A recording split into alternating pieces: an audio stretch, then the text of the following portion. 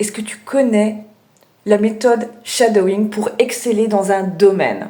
Cette méthode, elle est plutôt connue dans le domaine linguistique, puisqu'elle est beaucoup utilisée pour l'apprentissage des langues. Mais en fait, cette méthode, elle fonctionne pour tout domaine, dans le but d'un apprentissage accéléré et surtout pour exceller dans le domaine. Le shadowing, c'est une méthode d'observation où on va tout simplement suivre un expert du domaine pour apprendre ses méthodes, pour intégrer en fait ses gestes, ses habitudes, son fonctionnement, sa manière peut-être de s'exprimer et par la suite de pouvoir l'expérimenter seul. Dans le domaine linguistique, on va par exemple écouter des podcasts, voilà peut-être même pourquoi pas des films ou autres, et répéter comme une ombre vocale tout ce qu'on entend bien avant d'attendre la fin de phrase. Donc c'est presque comme du simultané. Eh bien, dans les autres domaines, on va finalement intégrer de manière simultanément les méthodes qui vont être utilisées. Donc, par exemple, un étudiant en psychologie va suivre un psychologue expert dans le cadre de ses consultations et va observer tous ses habitudes, faits et gestes, la façon d'être fait, presque en se l'imaginant dans la tête, le faire avec lui au même moment. En suivant un mentor, ça vous permet d'être dans une immersion totale et de pouvoir faire un apprentissage accéléré. On le sait très bien, l'immersion directe est beaucoup plus intéressant que la théorie. On apprend sur le terrain et quand vous le voyez dans plein de métiers d'ailleurs divers, c'est au moment du terrain qu'on comprend vraiment les enjeux du métier. On parle ici de transmission implicite.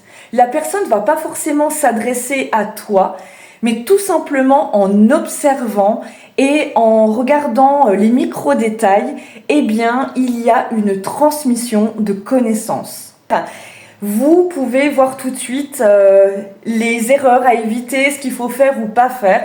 Et ce qui est intéressant, c'est que plutôt que de s'expérimenter seul directement et puis de tomber dans tous les travers de ce qu'on peut faire, voilà, dans chaque métier, eh bien, en fait, on vous prépare déjà à éviter les plus grosses erreurs qui sont déjà effectuées. Donc, finalement, vous gagnez du temps dans l'expertise.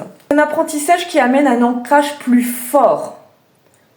Voir, imiter, refaire. Finalement, l'apprentissage est visuel, auditif et kinesthésique. Comment pratiquer correctement le shadowing pour éviter de perdre du temps? En un, il faut choisir la bonne personne, le bon mentor. Choisissez quelqu'un qui vous donne envie d'avancer dans le milieu, soit un mentor d'un autre milieu, mais qui va vous donner des conseils et de l'intérêt que vous allez pouvoir utiliser pour votre propre domaine. Choisir des personnes positives, des personnes expérimentées, donc bien sûr qui ont une connaissance de leur métier, c'est très important, et qui vous parlent au niveau de la notion de valeur. Vous allez observer et vous allez noter tout ce que vous pouvez voir en mettant des questions. Pourquoi elle a fait ça? Pourquoi il a dit ça à ce moment-là? Et puis, l'intérêt, après, c'est de pouvoir poser la question à la personne concernée pour vous apporter des réponses et associer donc les réponses de la personne à ce que vous avez pu voir en visuel. Donc, notez tout ce que vous voyez. En 3, évidemment, c'est d'essayer de le refaire dans la foulée. Ne perdez pas trop de temps et exercez-vous au quotidien avec votre entourage. Donc si par exemple, vous souhaitez mieux parler en public parce que vous avez des difficultés à vous exprimer face par exemple à un groupe, prenez des notes de ce que vous pouvez observer et ensuite exercez-vous. Dans votre famille, avec des collègues, avec des groupes d'amis, exercez-vous le plus rapidement possible. En 4, n'ayez pas peur de demander un feedback. Principalement de la part du mentor, parce que c'est l'idéal, vous allez comprendre pourquoi je vous dis ça. faites attention à qui vous demandez des feedbacks. Et en 5, eh bien tout simplement, vous allez affiner votre méthode, donc votre façon de faire. Pourquoi je vous dis faites attention à qui vous demandez des feedbacks? Parce que les gens ont tendance à tout le temps demander des conseils partout, n'importe où. Et c'est l'erreur que vous faites beaucoup à, par exemple, demander des conseils de bien-être à des gens qui ne travaillent même pas dans le bien-être. Oui, bien sûr, il y a des gens qui sont à l'écoute, avoir une bonne oreille, qui vont avoir de la bienveillance envers vous, mais ils ne sont pas experts. Et quand en fait on n'est pas expert, malheureusement souvent on manque de prise de recul et en fait on agit uniquement par l'émotionnel, ce qui est différent par un expert du domaine qui lui va amener son détachement émotionnel et va partir vraiment sur quelque chose d'une base stable, d'une expérience, d'un vécu aussi, des vrais conseils concrets.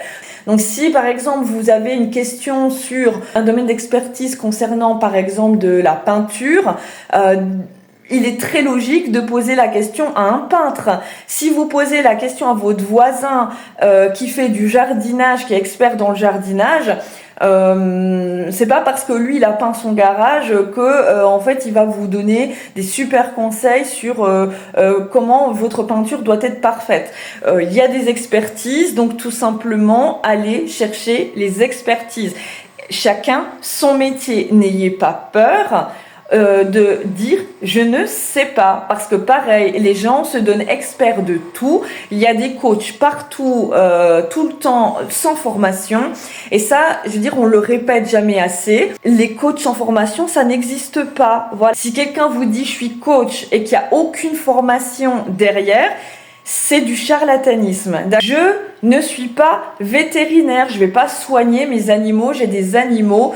Quand j'ai des questions, quand j'ai des doutes, même si je pourrais éventuellement avoir une bonne idée de ce que ce serait, eh bien le vétérinaire, il est là pour me dire exactement ce que c'est. Il va m'amener une certitude, il va m'amener des conseils, il va m'amener des idées auxquelles je n'aurais peut-être pas pensé.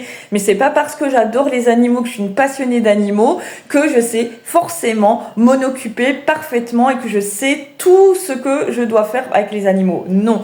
Il y a des expertises, il y a des formations. Donc s'il y a un domaine qui vous intéresse, allez vous former pour avoir de la crédibilité. Et on le voit beaucoup dans le développement personnel, on le voit beaucoup dans le coaching principalement. Il y a des coachings de tout et n'importe quoi, ce qu'on appelle des coachings de comptoir.